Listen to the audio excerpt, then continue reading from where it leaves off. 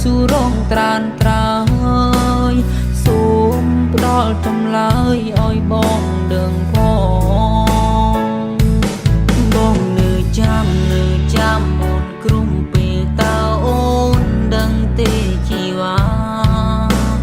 មិនថាអូនទៅទីណាក៏បងនៅចាំព្រោះបងធ្លាប់សន្យានឹងអូនសន្យាថានៅចាំចរណៃទូមានឧបសគ្គអ្វីក៏បងនៅតែចាំតាំងពេលនេះអូននៅទីណាមេត្តាប្រាំមកផងថ្លៃឬកំពុងក្បែរអ្នកថ្មីមែនទេ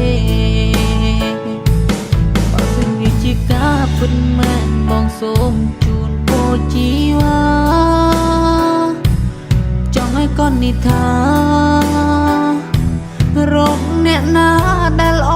ជាងបងដាក់ក្នុងបេះដូងអូនចង់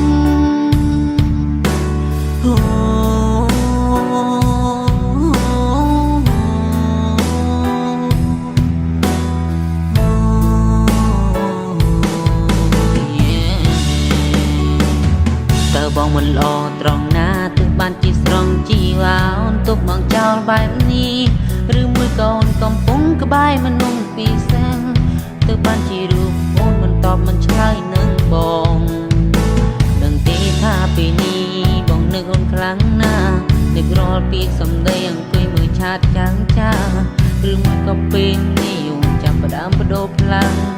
អូនចាប់ផ្ដើមភ្លេងបងហើយបងនៅតែនឹកដល់ជីវ៉ា